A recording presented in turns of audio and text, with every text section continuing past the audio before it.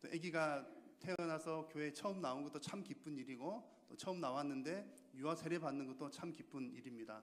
이제 앞으로 이제 아기 태어날 계획이 있으신 가정들은 좀 많이 낳으시면 좋겠고요. 처음 나올 때 이렇게 또 세례 받으니까 참 의미가 있는 것 같습니다. 우리 젊은 부부들 아기 많이 낳으시기를 바라고, 또 첫 출석할 때 유아 세례 같이 받으면 참 좋겠습니다. 여러분들도 우리 교회에서 이렇게 세례 받는 분들이 더 많이 생겨날 수 있도록 계속해서 많이 기도해 주시면 좋겠습니다. 하나님의 역사를 이루려면 이라는 제목으로 말씀을 전하겠습니다. 여러분, 우리나라는 오랜 세월 동안 유교의 영향을 좀 꽤 많이 받았습니다.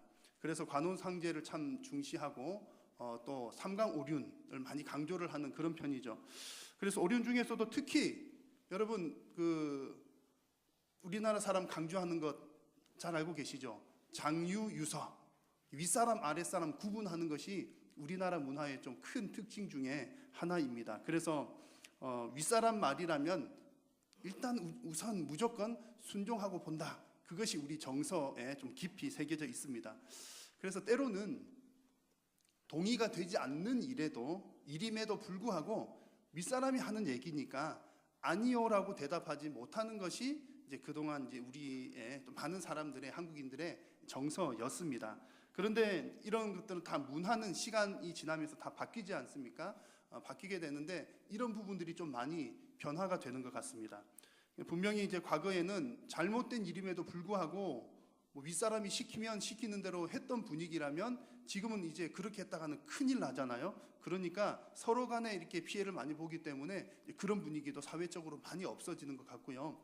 또 과거에는 내가 피해를 당하는, 내가 피해자인데 피해자가 말도 못하는 그런 상황들이 꽤 많이 있었습니다만 지금은 이제 사회적인 분위기 자체가 너가 왜 피해자인데 그냥 가만히만 있는 거야, 말을 해야지 라는 분위기가 또 많이 이렇게 확산이 되었습니다. 그러다 보니까 요즘에 이제 아이들을 가르치는 부모님이나 또 아이들을 가르치는 선생님들도 보면 아이들에게 가르치는 내용도 옛날과 좀 많이 다른 것 같습니다. 제가 제 기억으로 한 1살 때쯤, 2살, 3살 그쯤에 아주 어릴 적에 많이 들었던 그런 내용이 뭐냐면 어른이 시키면 예라고 해야지, 어른이 시키면 무조건 해야 된다, 그런 것을 좀 많이 들었습니다. 어른이 시키면 예라고 해야지, 아니요라고 하는 대답을 거의 못하도록 교육을 받았던 것 같습니다. 그런데 요즘에 아이들을 가르치는 젊은 어머니들이나 보면 또 학교 선생님들도 마찬가지고요. 아니요, 안 돼, 그것을 용감하게 얘기를 하라고, 아니요라고 해야 될 때는 아니요, 안 돼라는 얘기를 해야 돼, 그것을 참 많이 가르칩니다. 사회적인 분위기가 그래서 그렇죠. 뭐 이렇게 사회적인 범죄자들에게 우리 아이들이 많이 노출이 되어 있기 때문에 범죄자들 앞에서 예, 사탕 준다고 예 그러면서 따라가면 안 되잖아요. 그러니까 그런 분위기, 그리고 또 특별히 세월호 사건을 또 기점으로 해서 그냥 가만히 있는 것, 가만히 있어, 가만히 있는 것만이 미덕은 아닌 그런 사회적인 분위기가 되었습니다. 그래서 문화가 이렇게 바뀌다 보니까 우리 얻는 것도 참 많은 것 같아요. 뭐 각각의 사람들이 획일적으로 생각하고 살아가는 것보다는 우리 각자의 사람들이 자기 개성대로 살아간다는 것은 참 의미 있는 일입니다. 참 좋은 것 같아요. 그리고 또 사회적인 약자라 하더라도 약한 사람도 보호를 받아야 된다, 약한 사람에게도 자유와 인권이 있다, 그런 분위기가 확산이 되는 것은 참 좋은 그런 일입니다. 그런데 제가 이제 기후일지는 모르겠지만 제가 목사의 입장에서 볼 때 이제 저는 항상 교회를 보니까 이런 사회적인 분위기가 교회 안에까지도 그대로 들어온다면 과연 괜찮을까라고 하는 염려가 좀 되는 것이 사실입니다.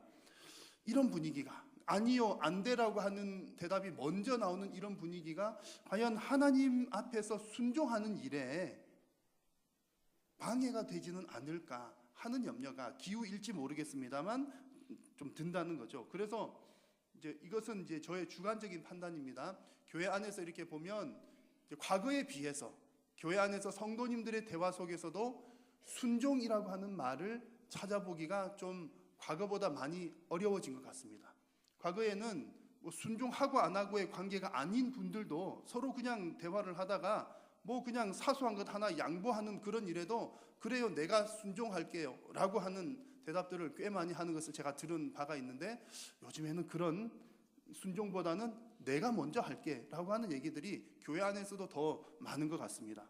또한 우리 이제 주일학교 아이들을 가르치는 내용도 보면 과거에 비해서 아이들에게 순종이라고 하는 것을 가르치는 부분들은 좀 약화된 것이 아닌가라고 하는 생각이 듭니다. 그래서 좀 이렇게 이대로 가도 괜찮을까라고 하는 염려가 드는 것이 사실입니다. 그래서 오늘 우리가 함께 나누고자 하는 말씀은 초대교회 당시에 있었던 나타나는 순종과 헌신에 관한 말씀을 나누어 보려고 합니다. 여러분, 성도들은 하나님의 방식대로 살아가는 사람들이 성도입니다.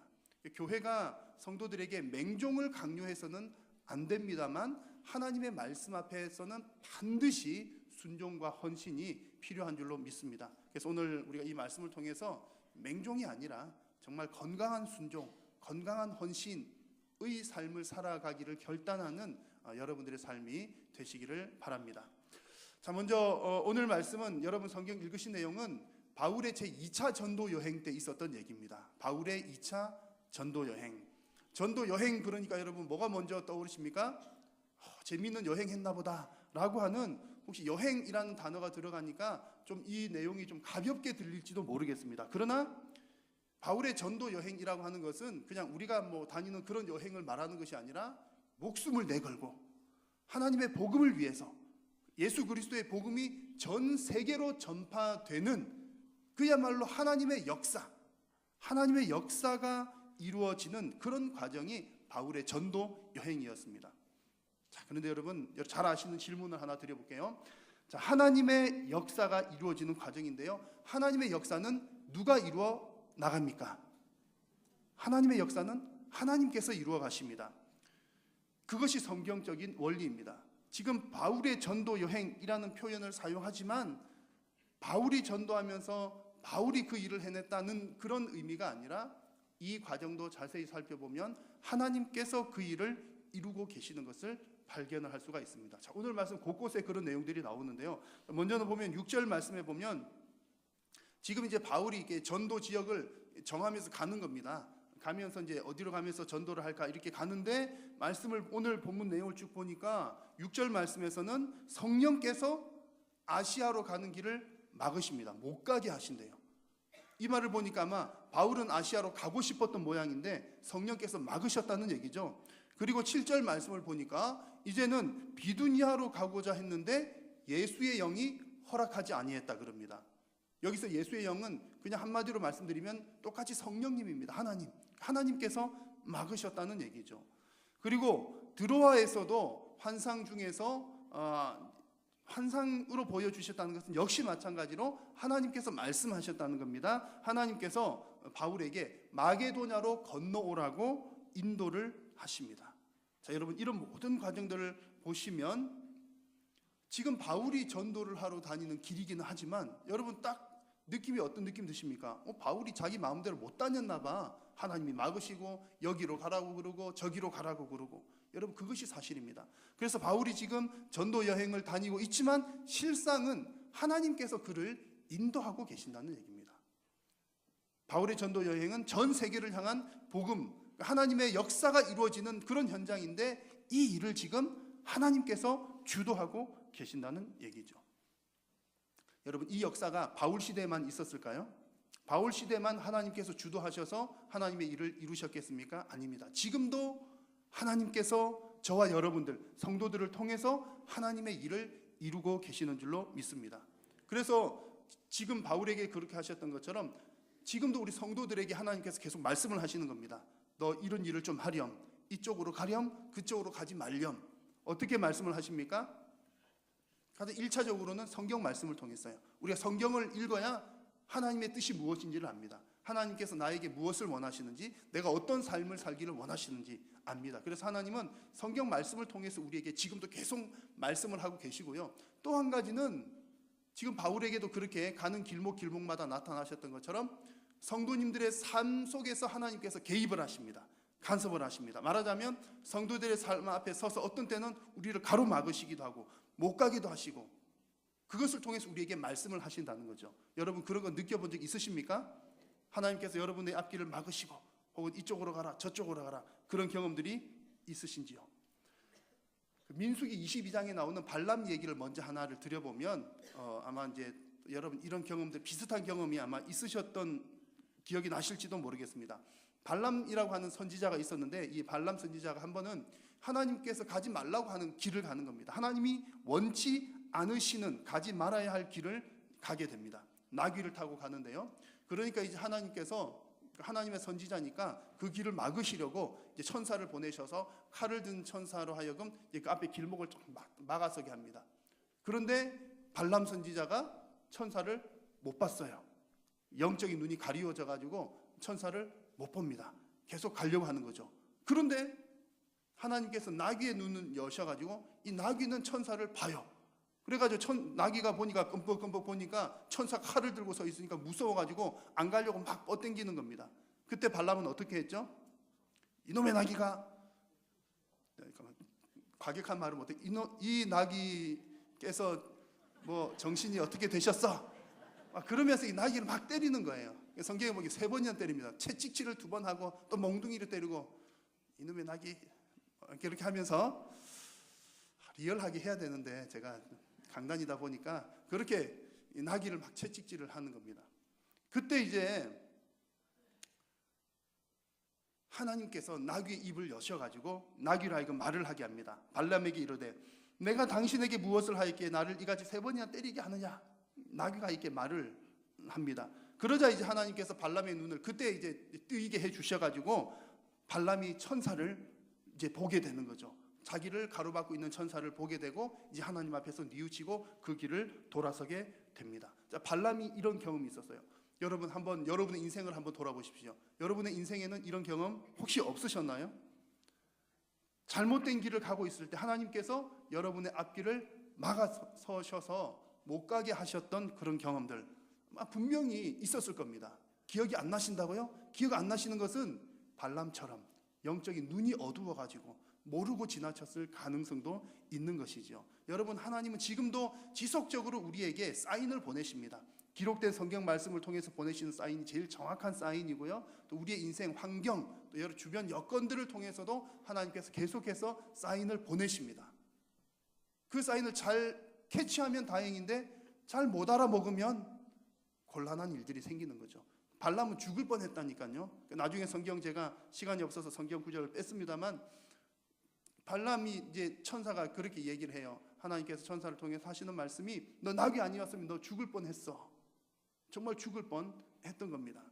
가지 말아야 할 길을 가게 되면 그렇게 된다는 얘기죠. 그래서 여러분 우리 성도들에게 필요한 것이 무엇입니까? 하나님께서 그 영적인 사인을 계속 보내주시는데 그걸 볼 영적인 눈이 있어야 되겠다 그런 얘기입니다. 그런 영적인 눈이 있어야 하나님 앞에 귀하게 쓰임 받을 수가 있습니다. 여러분 초대교회 시대에 성령께서 바울의 전도 여행을 주도하셨던 것처럼 지금도 역시 마찬가지로 성령 하나님께서 우리 성도들을 통해서 하나님의 일, 하나님의 역사를 이루고자 하십니다. 우리에게 필요한 것은 그 일을 볼 수 있는 영적인 눈이 반드시 필요합니다. 여러분 이런 영적인 안목이 여러분에게 있게 되시기를 축복합니다. 그래서 우리가 이런 영적 안목이 있어야 순종을 할 수가 있는 거죠. 그래서 하나님께서 이루시는 하나님의 역사는 하나님께서 전적으로 주관하시는 일이면서 동시에 하나님을 통해서 하시는 일입니다. 성도의 순종을 통해서 한다는 거죠. 거꾸로 말을 하면 우리 하나님의 사람인 성도인 저와 여러분들은 순종과 헌신을 통해서 하나님의 역사에 동참하게 됩니다. 여러분 이 부분이 매우 중요한데요. 제가 잠시 후에 또 말씀을 드리도록 하겠습니다. 자, 하나님께서 지금 우리 바울에게처럼 그리고 발람에게처럼 하나님께서 이렇게 나타나셔서 우리의 길을 가로막으실 때 성도가 보일 수 있는 반응은 2가지 반응이죠.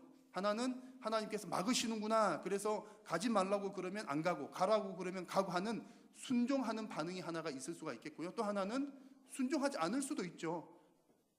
그건 누구 마음입니까? 여러분 마음이에요. 뭐 때로는 강권적으로 순종하지 않을 수 없게 만드시기도 하지만 순종하느냐 안 하느냐는 여러분 마음입니다. 오늘 말씀에서 바울은 무엇을 선택했죠?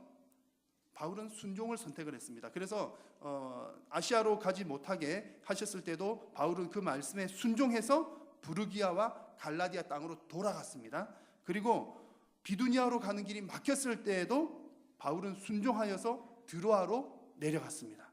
드로아에서도 환상을 보여주셨을 때에도 순종하여서 마게도냐로 건너갔습니다. 지금 바울이 있는 곳은 아시아 지역이고요. 마게도냐는 말하자면 유럽 대륙인데 건너서 갔습니다. 자, 그때 가졌던 그 바울의 마음이 어떤 마음인지 10절 말씀을 같이 한번 읽겠습니다. 시작. 바울이 그 환상을 보았을 때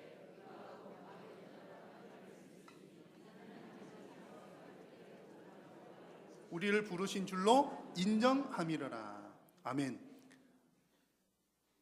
뭐 했다고요? 하나님께서 우리를 부르시는 줄로 뭐 했다? 인정했다. 그러니까 하나님께서 가로막으시고 막으시고 하는 것을 하나님께서 이렇게 하시는구나라고 인정하게 되니까 순종하게 되는 것이지요.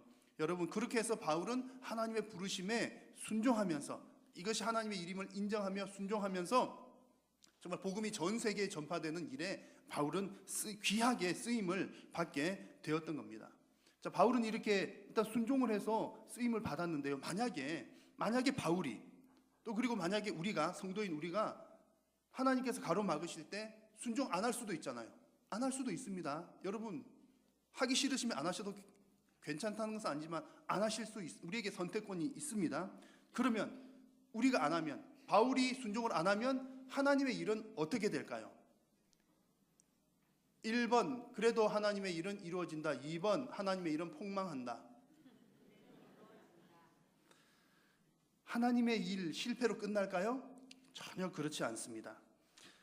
예수님께서 그 예루살렘 입성을 하실 때 이런 일이 있었습니다. 나귀를 타고 이제 십자가에 달리시기 위해서 예루살렘 입성을 하시는데, 누가복음 말씀에 보면 이런 내용이 있습니다. 입성하실 때 많은 제자의 무리들이 막 예수님 들어오실 때 막 환호하면서 예수님을 찬양하는 겁니다. 이런 표현이 있습니다. 찬송하리로다 주의 이름으로 오시는 왕이여. 예수님을 향해서 왕이여 이렇게 막 높여줍니다.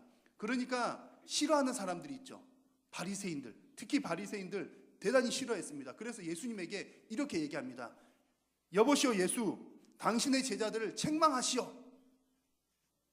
아니, 왕은 우리 하나님밖에 없는데 당신을 향해서 왕이라니 이렇게 거룩하지 못하게 무슨 소리요? 당신의 제자들을 책망하시오.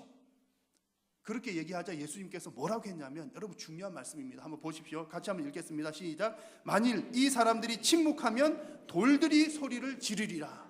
아멘. 하나님을 찬양하는 이 찬양, 사람들이 안 하면 누구라도 소리를 지른다? 돌들이라도. 여러분 무슨 말씀인지 알겠죠? 하나님을 찬양하는 일, 하나님의 역사, 어떤 방식으로든 하나님께서 되게 하신다는 얘기입니다. 만약 바울이 그 일에 순종하지 않고 헌신하지 않는다면 하나님께서 폭망하시는 게 아니라, 그 일이 실패로 돌아가는 것이 아니라 하나님께서 누구라도 들어서 사용을 하신다는 겁니다. 심지어 돌이라도 들어서라도 하나님께서는 그 일을 이루실 수 있는 분이시라는 얘기입니다. 여러분, 그러므로 이게 무슨 의미입니까? 우리가 하나님의 일에 순종한다는 것은 우리가 하나님께 뭔가를 이렇게 하나 드리는 것처럼 보이고, 우리가 하나님께 뭔가 보탬을 해 주는 것처럼 보이고, 내가 선심을 쓰는 것처럼 보이고, 하나님 제가 순종 한번 해 드릴게요, 저 덕 좀 보세요, 그런 것처럼 느껴지지만, 그러나 여러분, 우리가 하나님께 순종하는 것은 하나님께 유익한 것이 아니라 실상은 그 일은 우리에게 복된 일이고 우리에게 유익한 일인 줄로 믿습니다. 왜 그렇습니까? 우리가 순종과 헌신을 통해서 내가 하나님의 역사에 동참하는 기회를 얻기 때문입니다. 그러므로 여러분, 순종하는 것, 헌신하는 것, 내 것 드린다는 것이 아니라 그것이 나에게 복이 되는 일인 줄로 믿습니다. 물질이 좀 넉넉한 것, 건강한 것, 그것도 우리에게는 복이지요. 그것은 작은 복입니다. 더 큰 복은 우리가 하나님께 쓰임 받을 수 있다는 것, 순종하고 헌신할 수 있다는 것, 이것 자체가 우리에게는 가장 큰 복인 줄로 믿습니다. 그래서 여러분 모두가 다 순종과 헌신으로 하나님의 역사에 동참하는 복된 성도님들 되시기를 축복합니다. 그런데 그래도 끝까지 또 고집 부리는 사람들 있잖아요. 하나님이 막아서고 또 막아서도, 아마 여러분도, 저도 제가 이게 말씀 준비하면 항상 저를 돌아보거든요. 저도 그런 때가 참 많더라고요. 하나님께서 막으시고 또 막으시고 그러는데 끝까지 고집 부르고, 하나님 그냥 눈 감아주세요. 아니 모르겠어요 하나님, 모르겠어요. 그랬던 경우들이 있습니다. 끝까지 순종 안 하는 경우들이 있는 거죠. 바울은 순종을 했습니다만 이제 우리가 상상을 해본다면 순종을 만약에 안 했다면 이런 말을 충분히 할 수가 있었을 겁니다. 바울 경우에 이제 하나님께서 아시아로 가지 마라 그렇게 말씀했을 때 바울이 하나님 무슨 말씀하시는 겁니까? 지금 아시아로 가야 대박 나는데요. 하나님 무슨 말씀이세요? 지금 내가 하나님을 위해서 복음을 전하는데 아시아에 사람들 많이 모여 있대요. 거기 가야 대박 나요. 제가 다 조사해봤는데 시장 조사 무슨 조사 다 했는데 거기에 큰 대단지가 들어서 사람들 이사 들어올 거고 어쩌고 저쩌고 해서 하나님 아시아로 가야 돼요. 안 돼요 하나님. 이번만은 양보 못해요. 제가 하나님 위해서 일하는 건데 왜 저를 가로막으십니까? 주님 나는 내 갈 길 갑니다. 그럴 수도 있잖아요.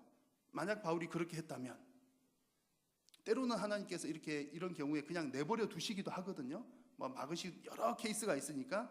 그래서 만약에 이제 바울이 또 그의 일행들이 자기들 뜻대로 했다면 어떤 결과가 일어났을까요? 1번 바울이 성공했다. 2번 바울이 폭망했다. 여러분, 우리는 항상 이제 그 계산이 그렇잖아요. 뭐 성공이냐 망하냐. 그 계산인데 사실은 성경은 딱 그게 답이 아닌 때가 많아요. 성공했냐 실패했냐 그게 중요하지 않습니다. 바울이 하나님을 배반하고 막 가가지고 열심히 해가지고 예를 들면 10,000명 되는 교회를 했을 수도 있어요. 근데 여러분 우리나라도 가만히 보시고 전 세계적으로 보십시오. 10,000명, 20,000명, 100,000명 되는 대형 교회들이라고 해서 하나님 기뻐하시는 다 하나님 기뻐하시는 교회입니까? 아닌 경우들도 있습니다.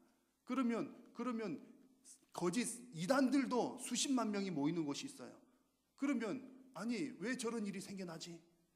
그러니까 인간적인 노력으로도 인간적인 성공은 얼마든지 가져올 수가 있다는 얘기입니다. 그럴 수도 있다는 얘기죠. 만약 우리가 하나님 막아섰음에도 불구하고 하나님 제 뜻대로 할게요 라고 해서 성공할 수도 있다는 얘기입니다. 물론 폭망할 수도 있지만 성공할 수도 있다는 얘기입니다. 그러면 여러분 여기서 중요한 게 뭡니까? 성공이냐 망하느냐 그게 중요한 게 아닙니다. 만약에 내가 성공했다 하더라도 그 성공은 누구의 성공입니까? 내 성공이잖아요. 하나님의 일을 한 것이 아니라 내 일을 한 것이라는 얘기입니다. 여러분 성도는 누구의 일을 하면서 사는 사람들입니까? 하나님의 일을 하면서 사는 사람들입니다. 그래서 우리는 하나님의 말씀에 순종을 하는 것이죠. 내가 아무리 내 일을 잘 벌여서 성공했다 하더라도 그것이 내 성공이면 마지막 날 하나님 앞에 서는 그날에 너 잘했다 칭찬해 주실까요? 아닙니다. 너는 너를 위해서 수고했구나. 너는 너 영광을 너가 다 받았구나. 지금 여기서는 아무것도 없다. 하나님은 하나님 나라 위하여 일한 일꾼들을 높이 평가하시는 줄로 믿습니다. 그래서 여러분 우리가 하나님의 말씀대로 순종하는 것이 중요하다는 얘기죠. 근데 여기서 오해하지 마실 것은 우리가 순종하십시오, 순종해야 합니다라고 하는 말이 모든 일에 예스맨이 되자는 그런 얘기는 아닙니다. 순종은 맹종이 아니기 때문에 그러죠. 순종은 하나님의 일을 하나님의 말씀대로 하는 것이 순종입니다. 그냥 무턱대놓고 무조건 덮어놓고 따릅시다 그런 게 아니라는 얘기죠. 그래서 우리가 이제 특히 아이들에게 가르칠 때 또 성도님들에게도 마찬가지고요. 우리가 자기 자신의 주장을 분명하게 하기 위해서 아니요 안 돼요도 가르쳐야 합니다. 꼭 필요한 일이에요. 그러나 그런 것도 가르치지만 우리 교회 안에서는 신앙생활을 위해서는 우리 신앙의 자녀라면 하나님 나라의 자녀들이라면 하나님의 말씀에 대해서는 예, 아멘이라고 대답할 수 있도록 더 열심히 가르쳐야 합니다. 하나님의 말씀 앞에서는 내 모든 것을 다 내려놓고 굴복할 수 있도록 여러분 스스로도 가르치셔야 되고 우리 믿음의 자녀들에게도 그렇게 가르쳐야 할 줄로 믿습니다. 덮어놓고 믿지 않는 얘기가 아니라 하나님 말씀을 읽고 묵상하고 이것이 정말 진리의 길이라면 내 모든 것을 다 내놓을 수가 있어야 하지 않겠습니까? 그래서 한일의 모든 가족 여러분들께서 순종으로 하나님의 역사에 동참하는 그런 복된 성도님들 되시기를 축원합니다. 이제 마지막 루디아 얘기를 하나 하려고 하는데요. 이 사도행전의 이야기들은 하나님께서 하나님의 일을 이루어 나가시는데 이제 바울의 순종이 나왔잖아요. 바울의 순종에 이어서 또 헌신적인 한 인물 루디아가 등장을 합니다. 이 루디아는 바로 빌립보에 사는 여인이고요. 잘 아시는 것처럼 대단히 원래 부자동의 출신이고 또 사업 잘하는 사업가이고 여성 CEO입니다. 본래 부유한 동네인데 이 여인은 부유할 뿐만 아니라 매우 헌신적인 그런 여인이었습니다. 그래서 오늘 말씀에도 보면 바울이 이렇게 바울 일행을 굳이 자기 집으로 이렇게 불러다가 초대를 해다가 머무르게 합니다. 내 집에 들어와 유하라 하고 강권하여 머물게 하니라. 바울 일행들을 그렇게 후하게 대접을 하는 거죠. 그리고 오늘 본문 저 뒤쪽에 보면 바울과 실라가 이렇게 옥에 갇혔다가 나오는 이야기가 나오는데, 그때도 역시 그들이 이 루디아의 집에 머무르는 것을 볼 수 있습니다. 그러니까 얼마나 많은 부분에서 이 복음을 전하는 자들을 위하여서 헌신을 했는지 모릅니다. 그리고 바울 서신서, 다른 서신서에 보면 이 루디아의 이름이 구체적으로 나오지는 않지만 복음에 나와 함께 힘쓰던 자라고 하는 표현들로 자주 언급을 하곤 합니다. 그래서 여러분, 이 복음을 위해서 순종하는 바울에게는 또한 복음을 위해서 헌신하는 동력자 루디아가 있었다라, 그런 얘기입니다. 그래서 순종과 헌신은 이렇게 늘 함께 갑니다. 순종이 곧 헌신으로 이어지기 때문이기도 합니다. 여러분, 하나님의 역사는 성도의 헌신과 함께 진행됩니다. 그래서 지금도 하나님께서는 성도들의 헌신을 기다리고 계십니다. 하나님께서 일꾼이 없어서가 아니라, 하나님께서 뭐 힘이 좀 모자라셔서 그러시는 것이 아니라, 순종하는 그 자리, 헌신하는 그 자리가 바로 하나님의 나라가 이루어지는 자리이기 때문에 그렇습니다. 순종한다는 것, 헌신한다는 것 자체가 하나님의 통치를 받는 자리이기 때문에 그렇습니다.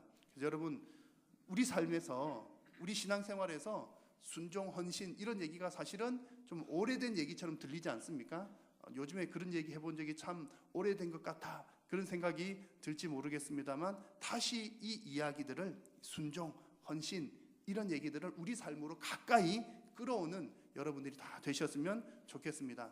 세상 문화는 자기의 개성을, 주관을 더 강하게 어필하도록 가르치고 문화는 그렇게 이루어져 갑니다. 그러나 교회가 그런 문화에, 교회 안에까지 다 그렇게 영향을 받으면 안 되겠습니다. 우리 교회는, 성도들은 세상의 문화를 따라가는 사람들이 아니라 배울 것은 배우고 취할 것은 취하지만 하나님 나라의 문화를 별개로 잘 만들어 나가야 합니다. 그래서 적어도 하나님의 말씀에 대해서는 내 주관이 아닌 순종으로 응대를 해야 되고, 내 개성이 아닌 헌신으로 하나님 말씀 앞에 서야 할 줄로 믿습니다. 그래서 주님 보시기에 정말 주님의 기쁨이 되는 순종과 헌신을 잘 감당하는 성도님들 다 되시기를 축복합니다. 기도하겠습니다. 하나님, 오늘 하나님께서 말씀을 통하여 순종과 헌신에 대하여 말씀하여 주시니 감사합니다. 주님, 내 삶에서 혹 순종과 헌신이 멀어져 있지는 않았는지 잘 돌아보게 하시고, 오직 하나님의 말씀에 건강하게 순종하는 모든 성도님들 되게 하여 주옵소서. 예수님의 이름으로 기도드립니다. 아멘.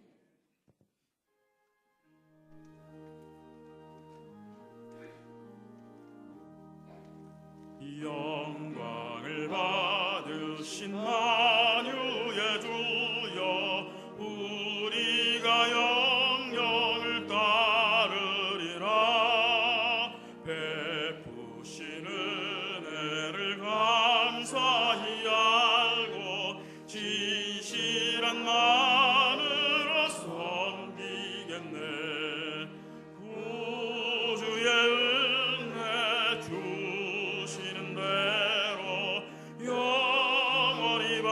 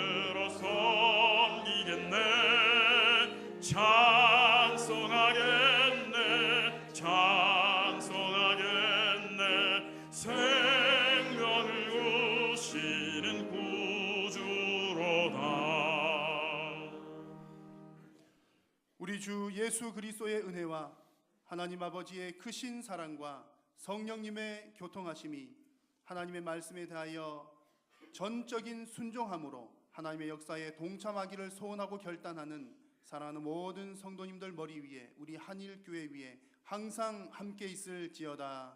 아멘.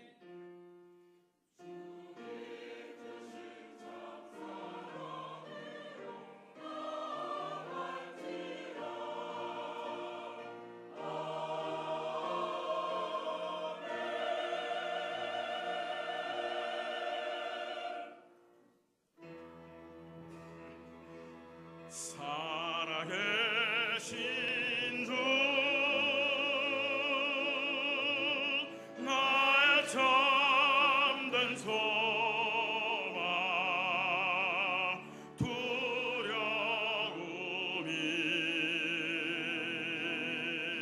사라지네. 사랑의 주 내가 길 인도하리.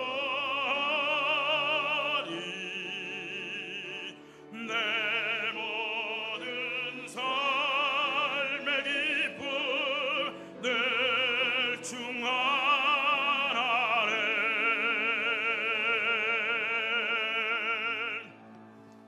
예배를 마쳤습니다. 한 주도 주 안에 승리하시기 바랍니다.